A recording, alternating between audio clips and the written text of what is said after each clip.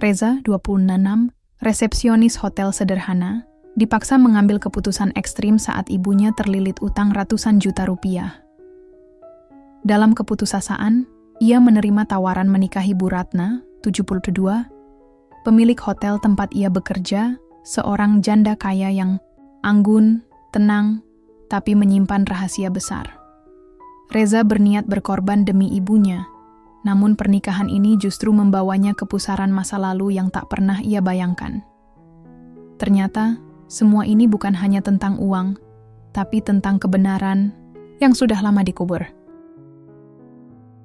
Lobi hotel tempat Reza bekerja selalu punya aroma khas, campuran antara kopi mahal dari mesin otomatis dan parfum tamu kelas atas yang entah kenapa baunya selalu sama, mahal dan tajam. Jam sudah menunjukkan pukul 22.30 malam, saat tamu mulai, jarang datang dan hanya suara pendingin ruangan yang menemani. Reza berdiri di balik meja resepsionis dengan dasi yang sudah agak longgar. Kemejanya tetap rapi, tapi wajahnya terlihat lelah. Bukan karena shift malam, tapi karena pikirannya sudah terlalu berat belakangan ini. Matanya sayu, seperti orang yang bangun tidur tapi nggak tidur-tidur.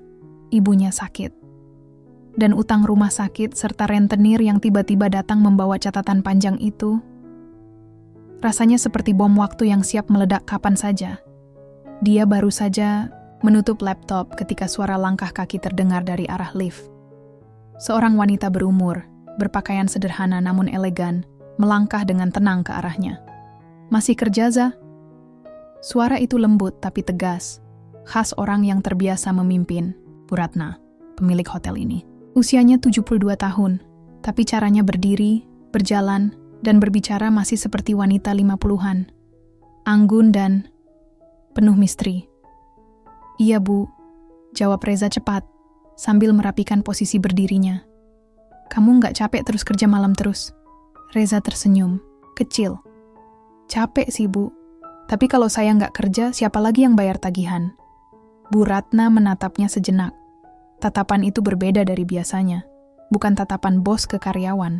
Ada sesuatu yang lebih pribadi. "Kamu kelihatan seperti orang yang sedang menyembunyikan banyak hal," katanya pelan. Reza terdiam, bingung harus jawab apa. Harusnya dia bilang, "Enggak kok, saya baik-baik saja."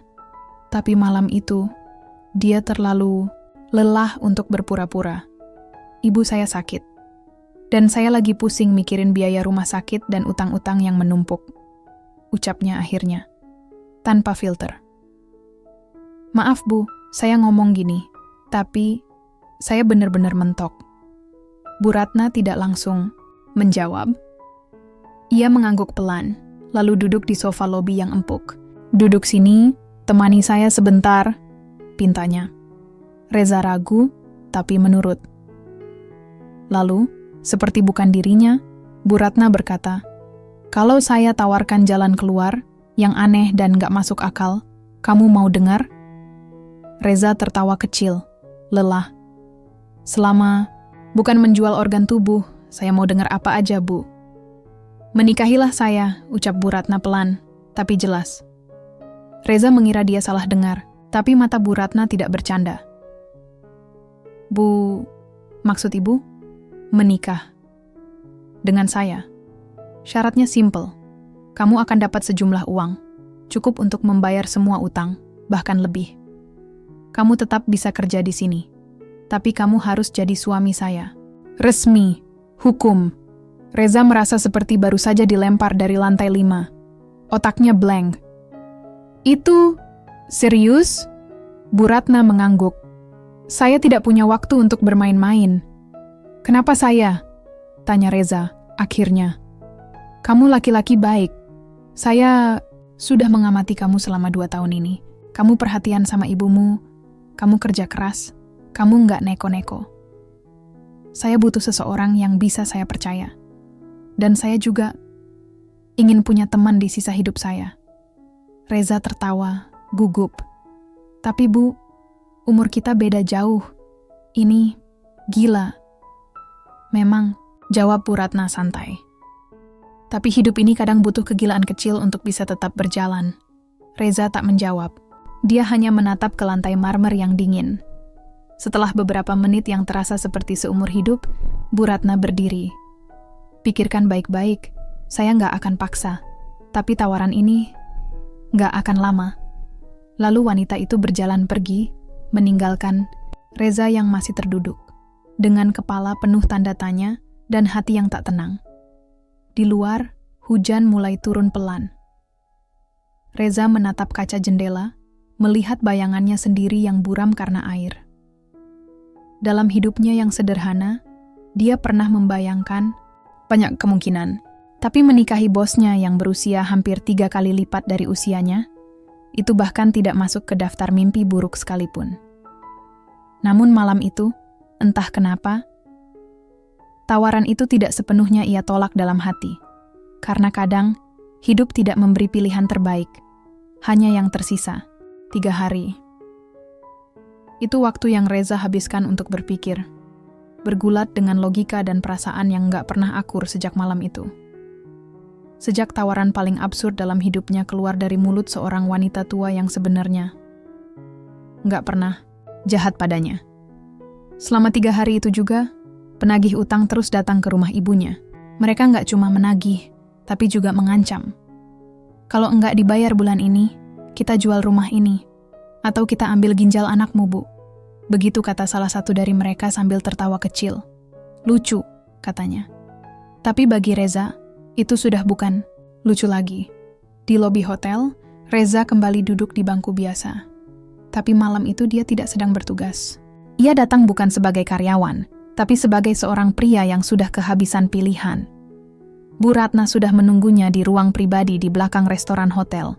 Tempat itu sunyi, hanya ada lampu meja dan secangkir teh melati yang belum disentuh. Aku setuju, Bu, kata Reza pelan. Bu Ratna menatapnya. Tidak kaget, seperti sudah tahu akan begini. Saya cuma minta satu hal, jangan beritahu ibu saya. Beliau nggak akan kuat menerima ini. Bu Ratna mengangguk. Kesepakatan kita hanya antara kita, kecuali kamu ingin memberitahunya suatu hari nanti. Lalu, dari map kulit di meja, ia mengeluarkan berkas, surat pernikahan. Legal sudah diurus oleh notaris hotel dan dibantu kenalannya di catatan sipil. Semua tertulis rapi, dingin, seperti perjanjian bisnis. Tanda tangan di sini, dan di sini, ucap Bu Ratna, menyodorkan pulpen emas. Tangan Reza sempat gemetar, tapi akhirnya ia tanda tangan. Selembar kertas, dan seluruh hidupnya berubah. Setelah itu, Bu Ratna memberikan satu lembar cek bertuliskan nominal, 400.000 per. Gunakan ini untuk lunasi semuanya. Aku tidak ingin kamu merasa tertekan setelah menikah.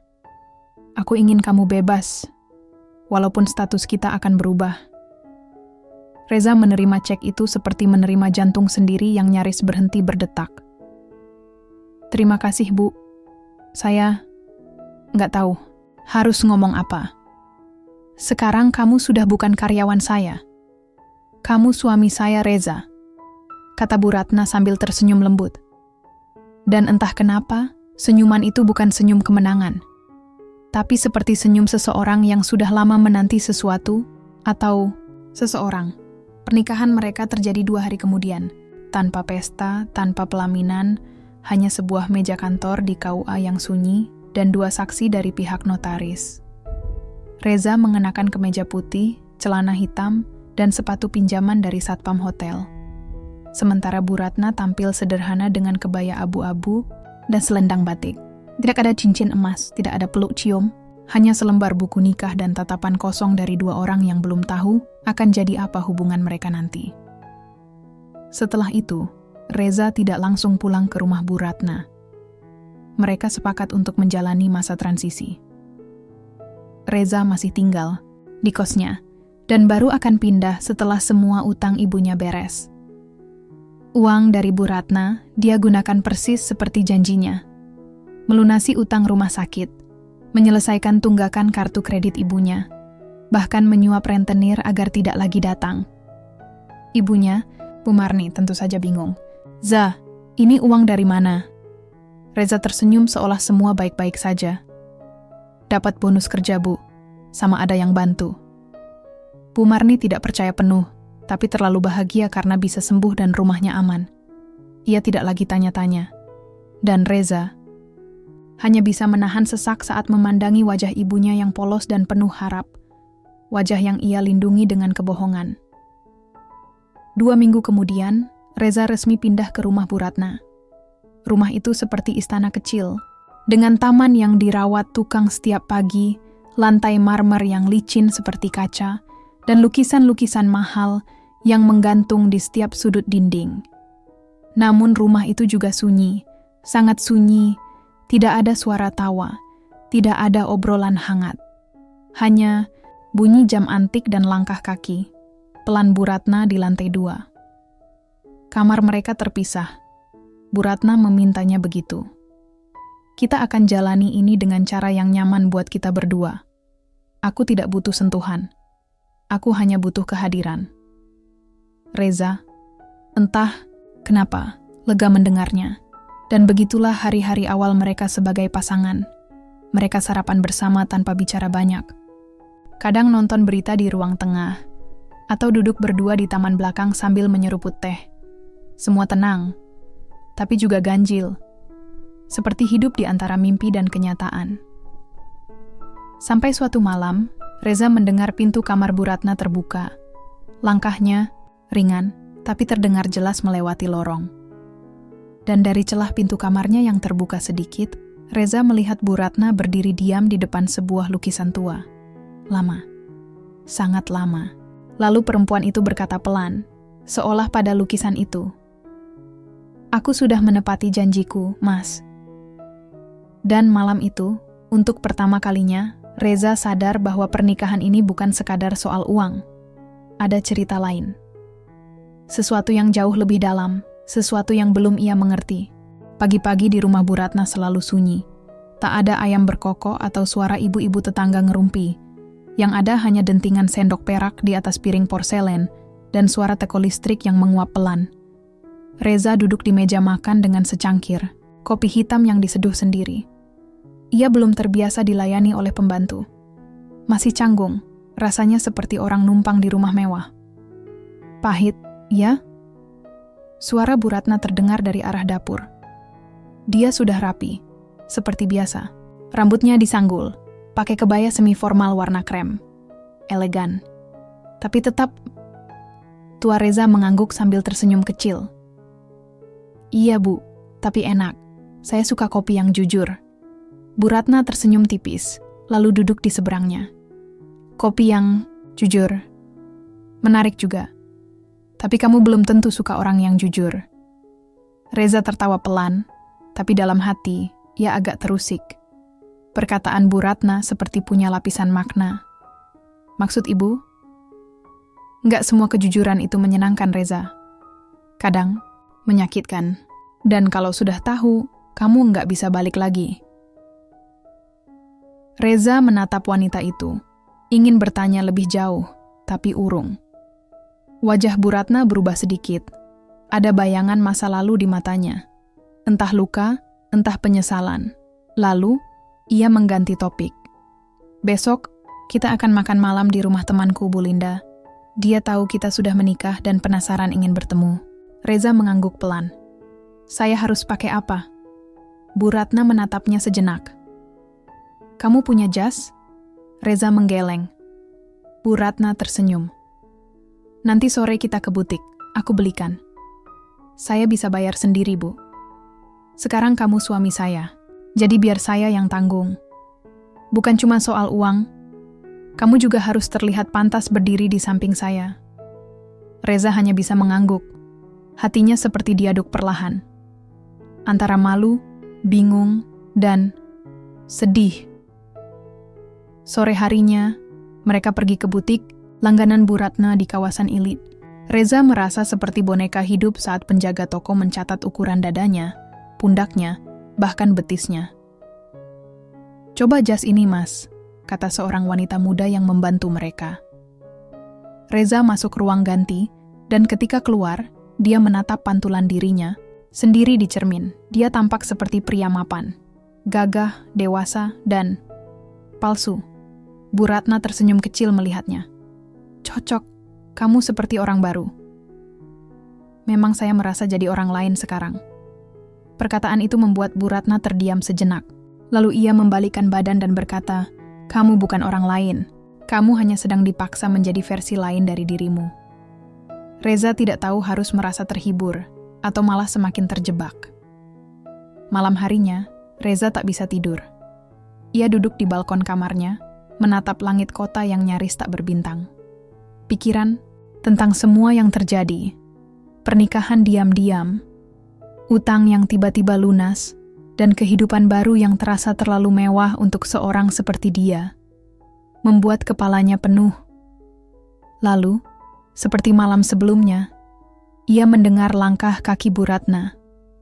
Tapi, kali ini langkah itu mendekat ke arah balkonnya.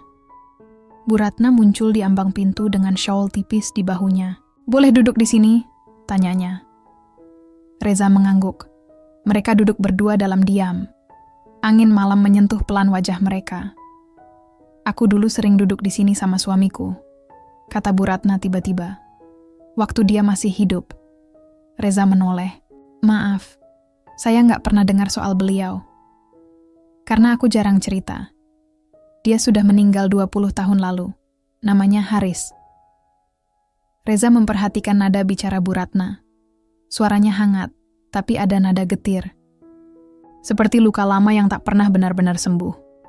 Kami menikah muda, tapi pernikahan kami rumit. Haris orangnya keras, ambisius, dan banyak rahasia. Reza tidak menyela. Ia hanya mendengarkan. Aku mencintainya, tapi dia sering pergi. Dan aku tahu dia punya perempuan lain, tapi aku bertahan. Demi anak kami. Reza langsung menoleh, kaget. Ibu punya anak? Bu Ratna mengangguk pelan. Laki-laki. Tapi dia hilang sejak kecil. Hilang? Aku ditipu. Anakku dibawa orang. Dan aku tidak pernah melihatnya. Lagi sampai hari ini. Reza menatap wajah wanita itu. Matanya basah, tapi tak ada air mata jatuh. Seolah hatinya sudah terlalu kering untuk menangis. Aku mencari dia kemana-mana, tapi semua buntu. Dan akhirnya aku menyerah. Kubiarkan waktu menguburnya. Reza tidak bisa berkata apa-apa. Dadanya sesak. Dan untuk alasan yang tidak ia pahami, cerita itu terasa dekat. Sangat dekat. Setelah Bu Ratna masuk ke dalam, Reza tetap duduk di balkon. Ia merasa seperti sedang berada di tengah jaring laba-laba raksasa yang tak terlihat. Dan jaring itu mulai terasa ketat di lehernya. Ada sesuatu yang tidak ia tahu. Dan cerita tentang anak yang hilang itu, entah kenapa membuat pikirannya gelisah. Lalu, ia teringat satu hal. Nama asli ibunya adalah Ratmini. Tapi ia tidak pernah mau menceritakan masa lalunya. Terutama soal ayah Reza yang tak pernah hadir. Dan malam itu, untuk pertama kalinya, Reza bertanya pada dirinya sendiri. Siapa sebenarnya? Aku di mata Bu Ratna? Pagi-pagi di rumah Bu Ratna selalu sunyi. Tak ada ayam berkokok atau suara ibu-ibu tetangga ngerumpi. Yang ada hanya dentingan sendok perak di atas piring porselen dan suara teko listrik yang menguap pelan. Reza duduk di meja makan dengan secangkir, kopi hitam yang diseduh sendiri. Ia belum terbiasa dilayani oleh pembantu. Masih canggung, rasanya seperti orang numpang di rumah mewah. Pahit, ya? Suara Bu Ratna terdengar dari arah dapur. Dia sudah rapi, seperti biasa. Rambutnya disanggul, pakai kebaya semi-formal warna krem. Elegan. Tapi tetap... Tua Reza mengangguk sambil tersenyum kecil. Iya Bu, tapi enak. Saya suka kopi yang jujur.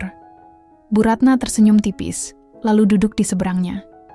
Kopi yang jujur. Menarik juga. Tapi kamu belum tentu suka orang yang jujur. Reza tertawa pelan, tapi dalam hati, ia agak terusik. Perkataan Bu Ratna seperti punya lapisan makna. Maksud ibu? Nggak semua kejujuran itu menyenangkan, Reza. Kadang, menyakitkan. Dan kalau sudah tahu, kamu nggak bisa balik lagi.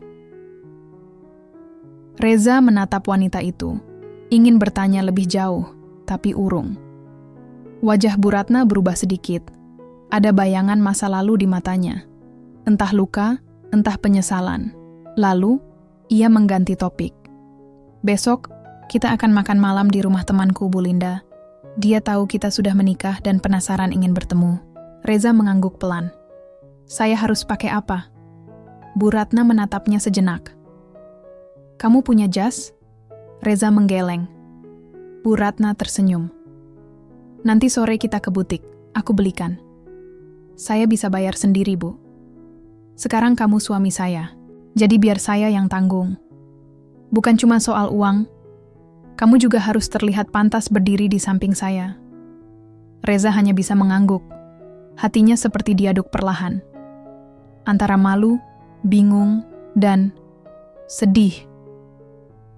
Sore harinya, mereka pergi ke butik, langganan Bu Ratna di kawasan elit.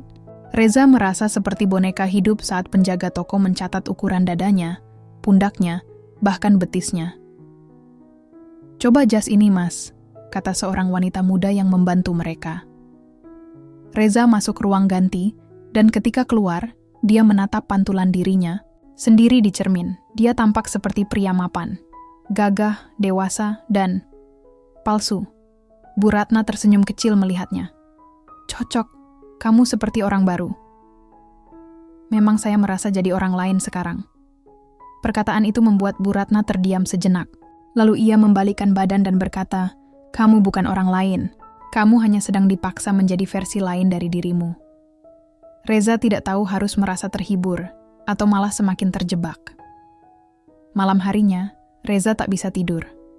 Ia duduk di balkon kamarnya, menatap langit kota yang nyaris tak berbintang.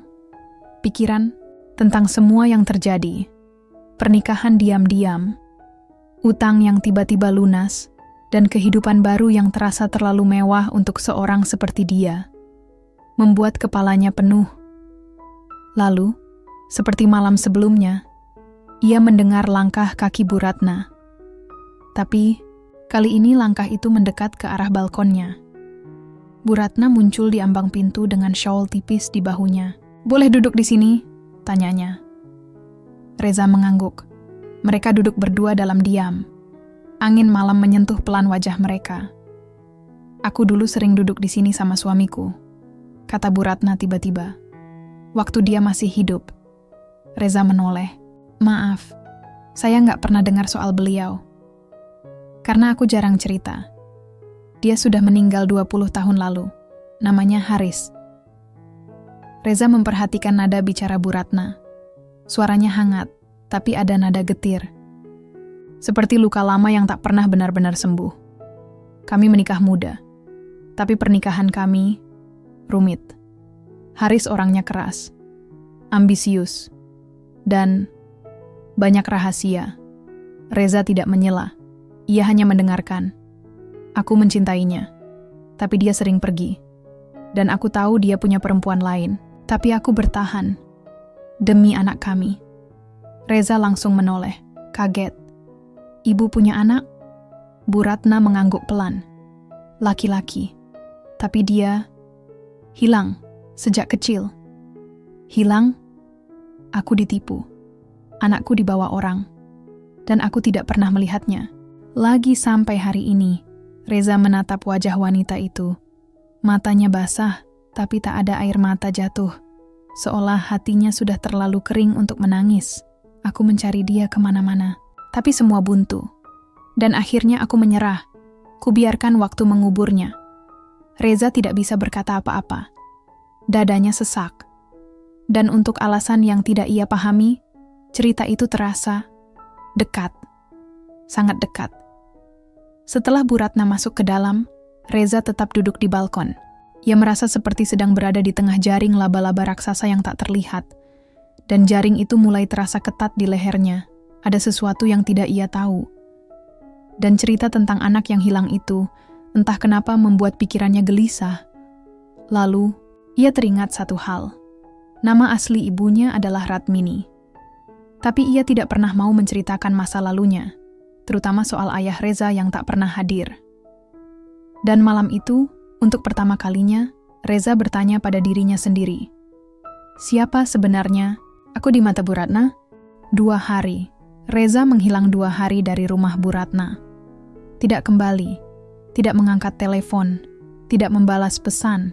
Ia tidur di kamar kos lamanya, makan seadanya, menatap langit-langit kamar setiap malam, berharap bisa menemukan jawaban di antara retakan cat tembok. Tapi yang ia temukan hanya kegelisahan. Pernikahan yang awalnya hanya transaksi, kini berubah jadi benang kusut yang mengikat lehernya. Setiap kali mengingat foto ibunya di album Bu Ratna, dadanya sesak. Kalau benar aku anak dari suami dia, berarti aku menikahi istri ayahku sendiri. Ia meninju tembok. Marah, bingung, hancur. Namun pagi itu, sesuatu terjadi. Seorang kurir datang ke kosnya, membawa sebuah amplop besar berwarna coklat. Tidak ada nama pengirim, hanya tulisan rapi di depannya. Untuk Reza. Dari seseorang yang ingin kamu tahu kebenaran. Reza membuka perlahan. Di dalamnya, ada 1 set dokumen fotokopi lama, sebuah foto keluarga, dan sepucuk surat tangan di atas kertas tipis kekuningan. Tangannya gemetar saat membaca isi surat itu. Reza, kalau surat ini sampai padamu, berarti waktuku sudah habis. Dan waktumu untuk tahu kebenaran sudah tiba. Namaku Haris. Mungkin kamu tidak tahu siapa aku, tapi aku tahu kamu. Kamu adalah anak dari satu-satunya wanita yang pernah aku cintai sepenuh hati, Ratmini. Aku tidak pernah meninggalkannya dengan niat buruk. Tapi ayahku memaksaku menikahi wanita lain demi bisnis keluarga. Aku lemah. Aku pengecut. Aku tidak bisa melawan. Dan saat aku tahu Ratmini mengandung anakku, semua sudah terlambat. Aku mencarinya. Bertahun-tahun. Tapi dia menghilang. Mungkin karena sakit hati atau takut. Entahlah. Yang jelas, aku tidak pernah berhenti menyesal. Jika kamu membaca ini sekarang, mungkin kamu sudah dekat dengan Ratna, istriku. Dia wanita kuat, tapi juga wanita yang terluka karena aku. Aku harap dia bisa menebus dosaku dengan merawatmu. Kamu berhak tahu semua ini. Dan kamu berhak memilih jalan hidupmu sendiri. Jangan seperti aku, yang dikurung oleh ketakutan dan kewajiban. Maafkan aku. Ayahmu, Haris. Reza tidak bisa berkata-kata. Lidahnya keluh, tangannya gemetar. Surat itu seperti pukulan telak di dada. Ia memeluk kertas itu erat, seolah bisa menarik kembali sosok ayah yang tak pernah ia kenal, tapi tiba-tiba terasa begitu dekat. Siang itu juga, Reza pulang ke rumah Bu Ratna. Ia masuk tanpa bicara, langsung menuju ruang tengah. Bu Ratna sedang membaca koran. Saat melihat Reza berdiri di sana, ia hanya meletakkan kacamatanya dan menatap tenang. Kamu sudah baca suratnya? Reza mengangguk, pelan. Itu, dari ayah saya?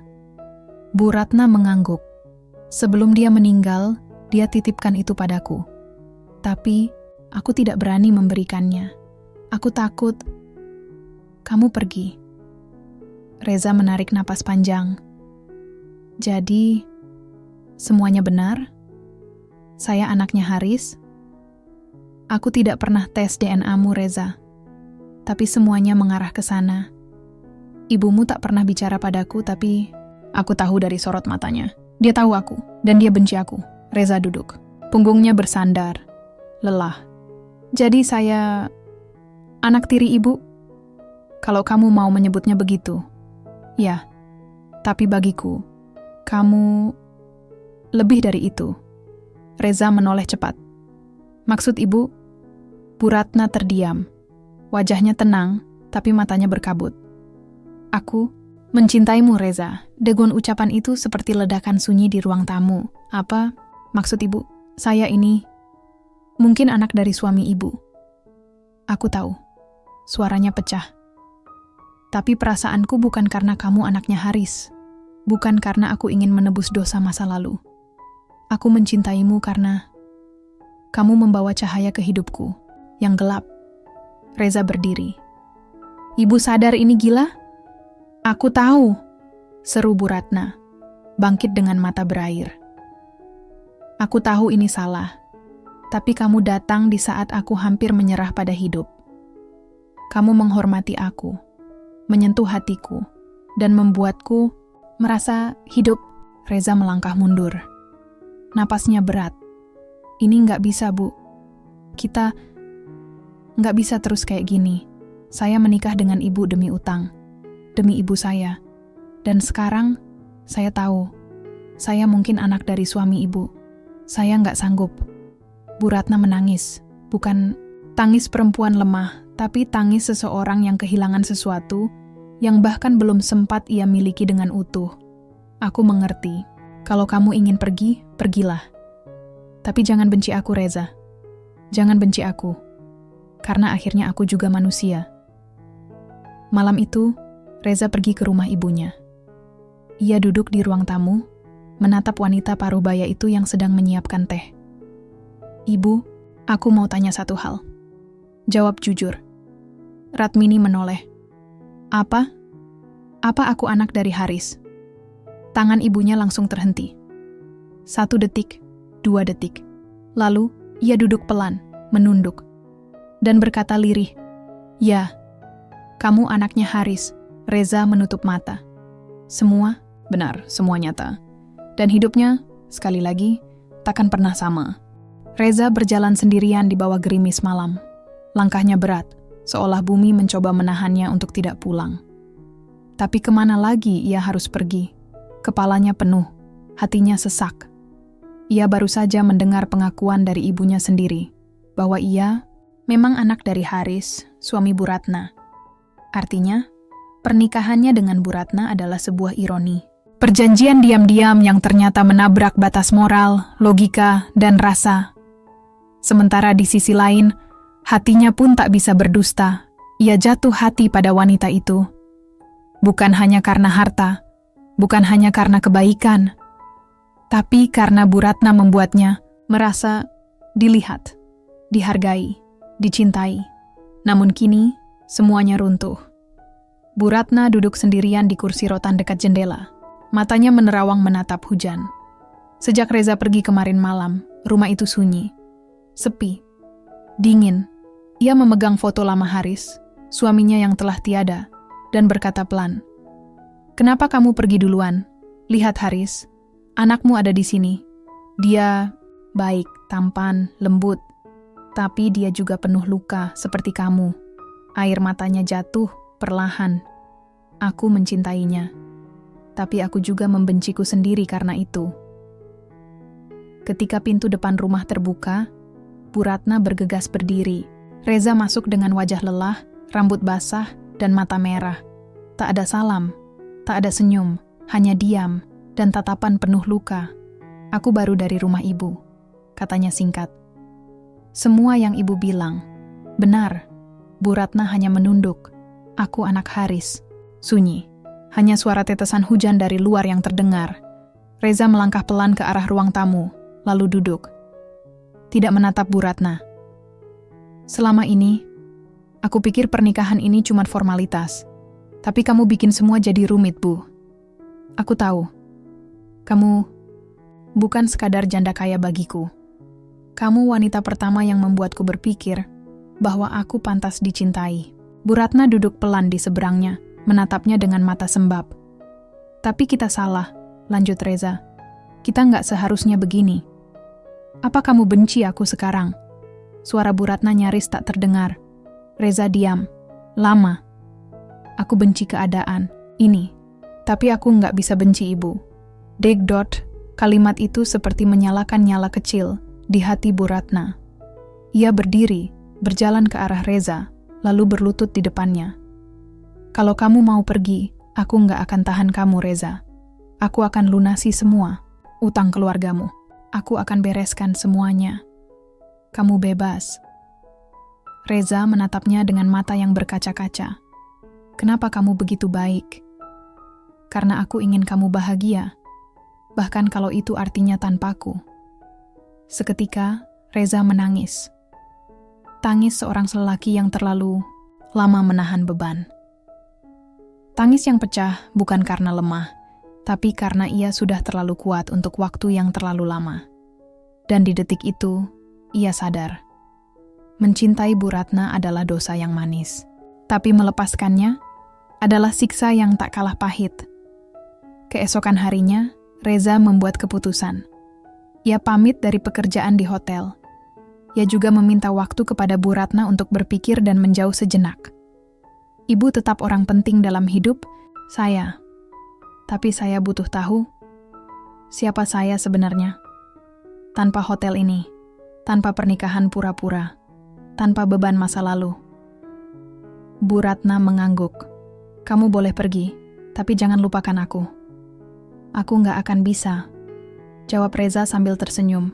Pahit, mereka berpelukan, lama, hening. Dan hari itu, Reza pergi membawa luka yang belum sembuh, cinta yang belum tuntas, dan harapan yang belum pasti. Beberapa minggu kemudian, Bu Ratna duduk di ruang kerjanya, membuka amplop dari pengacara pribadi. Isinya, salinan surat warisan Haris yang ternyata belum pernah ia lihat. Ada satu baris kalimat di bagian bawah, tulisan tangan Haris sendiri. Kalau suatu hari anakku ditemukan, jangan sekadar beri dia harta, tapi beri dia kasih sayang yang aku tidak sempat berikan. Ratna, tolong gantikan aku. Tangis Bu Ratna pecah lagi. Karena ternyata semua ini bukan kebetulan. Mungkin ini takdir. Dan meski tak bisa memiliki Reza sepenuhnya, ia tahu satu hal. Cinta sejati bukan soal memiliki, tapi soal merelakan dan tetap mendoakan. 2 bulan berlalu sejak Reza pergi. Ia kini tinggal di kota kecil pinggiran, bekerja di sebuah toko buku milik kenalan lama. Hidupnya sederhana. Jauh dari gemerlap hotel, jauh dari masalah, tapi juga jauh dari Bu Ratna. Setiap malam ia menatap langit dan bertanya, apa yang harus aku lakukan? Rasa itu belum hilang. Rasa yang tumbuh di balik segala yang salah. Rasa yang ia tahu tak seharusnya ada, tapi tetap membara. Ia pernah mencoba menghapusnya. Pernah mencoba menyibukkan diri dengan pekerjaan, membantu pelanggan, menyusun rak buku, membaca novel-novel klasik tentang cinta dan moral. Tapi tetap saja, satu nama terus terpatri di hatinya. Bu Ratna. Sementara itu, di Jakarta, hotel tempat Reza dulu bekerja tampak berbeda. Sepi. Tidak seceria dulu. Para staf merasakannya. Tidak ada lagi senyum tulus di meja resepsionis. Tidak ada lagi tawa kecil dari anak muda yang dulu semangat kerja meski digaji pas-pasan. Dan yang paling merasakannya adalah Bu Ratna. Sejak kepergian Reza, rumahnya sunyi. Hidupnya hambar. Ia sering termenung di taman belakang, memandangi kolam, ikan dan membiarkan waktu berjalan tanpa arah. Ia tetap menjalankan bisnis seperti biasa. Tapi setiap sore, ia membuka album foto lama. Foto Haris. Foto Reza. Foto-foto kenangan yang hanya memperpanjang luka. Sampai suatu hari, ia menerima surat dari notaris. Surat yang membuat jantungnya berhenti berdetak sejenak. Reza duduk di tepi, danau kecil di belakang toko buku. Angin sore membelai rambutnya. Di tangan ada sebuah surat. Dari siapa? Dari Bu Ratna? Bukan.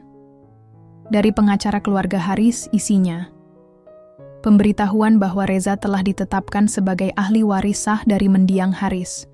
Ia berhak atas 50% saham hotel, properti, dan simpanan yang nilainya jauh melebihi total utang keluarganya dulu. Tangannya gemetar membaca setiap baris. Di akhir surat itu, tertera satu catatan. Bu Ratna tidak ingin kamu tahu ini dari orang lain. Tapi aku yakin, cepat atau lambat kamu akan mengetahuinya. Keputusannya sudah bulat. Dia akan menyerahkan seluruh hak waris miliknya untuk kamu. Katanya, dia hanya ingin hidup tenang, dengan atau tanpa kamu. Reza menutup surat itu, napasnya tercekat. Kenapa dia begitu bodoh? Malam itu, Reza kembali menulis. Sudah lama ia tidak menyentuh pena dan kertas, tapi kali ini ia butuh menuliskannya. Semua yang tidak bisa ia sampaikan dengan suara. Bu Ratna, apa kabar? Aku harap ibu masih suka duduk di taman belakang sambil minum teh pahit, meski diam-diam tambahin gula. Aku tahu, Aku pergi terlalu lama. Aku cuma butuh waktu untuk tahu siapa aku. Dan sekarang aku tahu. Aku bukan cuma anak dari kisah lama kalian. Aku bukan hanya pewaris dari utang atau warisan. Aku seseorang yang mencintai ibu. Aku nggak peduli lagi soal darah, soal status, soal pandangan orang. Yang aku tahu, selama hidupku, belum pernah aku merasa selengkap ini kecuali saat aku bersama ibu. Kalau ibu masih mau, aku ingin kembali. Bukan sebagai resepsionis, bukan sebagai anak tiri, tapi sebagai Reza yang ingin mencintai ibu sepenuhnya. Tapi kalau ibu sudah cukup, sudah tenang, dan ingin sendiri, aku pun rela. Asal ibu bahagia. 3 hari kemudian, Reza kembali ke Jakarta. Ia tidak langsung ke rumah Bu Ratna. Ia ke hotel dulu. Berdiri di lobi. Menatap meja resepsionis kosong yang dulu ia tempati. Ada perasaan aneh, seperti pulang ke tempat yang sudah berubah, tapi tetap terasa rumah. Ia bertanya pada satpam lama, Bu Ratna di mana? Di taman belakang rumah, kayak biasa. Langkahnya pelan saat membuka pagar rumah itu. Taman masih seperti dulu. Kolam ikan, bangku kayu, dan wangi melati di sore hari. Di sana, duduklah Bu Ratna, mengenakan baju abu-abu longgar, rambutnya diikat sederhana. Tampak lebih tua, tapi tetap memesona. Ia menoleh, dan saat melihat Reza berdiri di ujung jalan setapak, senyumnya merekah, pelan, ragu, tapi penuh harap. Kamu pulang? Suaranya gemetar, Reza tersenyum kecil. Kalau ibu masih mau, iya, aku pulang. Bu Ratna berdiri. Air matanya jatuh begitu saja. Tidak ada kalimat, tidak ada penjelasan. Mereka hanya berpelukan, tanpa kata, tanpa syarat. Saat malam turun, mereka duduk berdampingan di taman. Apa kita bisa mulai lagi, Bu? Tanya Reza. Bu Ratna menatap langit. Kita nggak pernah benar-benar selesai, Reza. Ia menggenggam tangan Reza, hangat, tenang, dan tulus. Dan untuk pertama kalinya, Reza tidak merasa bersalah mencintainya, karena cinta kadang lahir di tempat paling tidak terduga. Dan justru karena itulah, ia layak diperjuangkan. 1 tahun telah berlalu sejak Reza kembali ke rumah itu. Banyak hal berubah. Hotel kini dikelola bersama oleh Reza dan manajer baru yang ia tunjuk. Ia lebih banyak bekerja di balik layar, mengatur keuangan, merancang sistem kerja yang lebih manusiawi untuk semua karyawan. Ia tak ingin ada lagi orang sepertinya dulu, terpaksa bekerja keras demi upah kecil dan pengakuan semu Bu Ratna. Ia lebih sering di rumah. Berkebun, membaca, menulis puisi-puisi sederhana yang hanya dibagikan kepada Reza. Hidup mereka sederhana, damai, dan tidak banyak bicara soal masa lalu. Tapi sekali waktu, saat malam terlalu sunyi dan suara jangkrik terdengar seperti bisikan, mereka akan saling menatap dan tahu bahwa luka itu belum benar-benar hilang. Hanya saja, mereka sudah belajar hidup bersamanya. Suatu pagi, Reza membuatkan teh untuk Bu Ratna seperti biasa. Ia tahu, Bu Ratna selalu pura-pura suka teh pahit, padahal tetap minta disisihkan gula batu di samping cangkir. Ketika ia mengantarkan teh itu ke taman, Bu Ratna sedang menulis sesuatu di buku catatannya. Aku mau kasih kamu ini, katanya, menyerahkan buku lusuh itu. Apa ini? Catatan selama kamu pergi dulu. Aku tulis semua yang kupikirkan, tentang kamu, tentang Haris, tentang hidup. Reza membuka halaman pertama. Tangannya gemetar. Ada kalimat pertama yang langsung menghentaknya. Aku tidak pernah menyesal mencintaimu. Reza, meski dunia memakiku, meski surga belum tentu menerimaku. Reza menutup buku itu perlahan. Ibu tahu kan, kita mungkin gak akan pernah bisa normal di mata orang lain. Bu Ratna mengangguk. Tapi kita juga gak perlu jadi normal untuk bahagia. Beberapa bulan kemudian, Bu Ratna memutuskan untuk menjual seluruh sahamnya di hotel dan membentuk yayasan sosial atas nama Haris. Tujuannya sederhana, membantu anak-anak muda yang putus sekolah karena beban ekonomi. Reza mengelola yayasan itu. Ia menemukan tujuan baru. Bukan lagi soal cinta, terlarang. Bukan lagi soal membayar utang. Tapi tentang memberi kembali. Tentang membuat hidupnya dan hidup orang lain berarti. Suatu malam, di teras rumah, Reza dan Bu Ratna duduk berdampingan. Usia Bu Ratna makin menua. Rambutnya hampir seluruhnya memutih, tapi senyumnya tetap sama. "Kalau aku mati duluan," katanya pelan, "jangan nangis lama-lama ya." Reza menoleh. "Kenapa ngomong gitu?" "Soalnya aku nggak kemana-mana. Aku cuma pulang duluan." Air mata Reza menetes tanpa bisa dicegah. Ia menggenggam tangan Bu Ratna erat. "Ibu tahu nggak? Dulu aku kira aku nikahin ibu cuma buat lunasin utang. Terus? Sekarang aku sadar. Aku beruntung pernah mencintai orang sebaik ibu. Walau hanya sebentar, walau dengan cara yang salah." Bu Ratna tersenyum.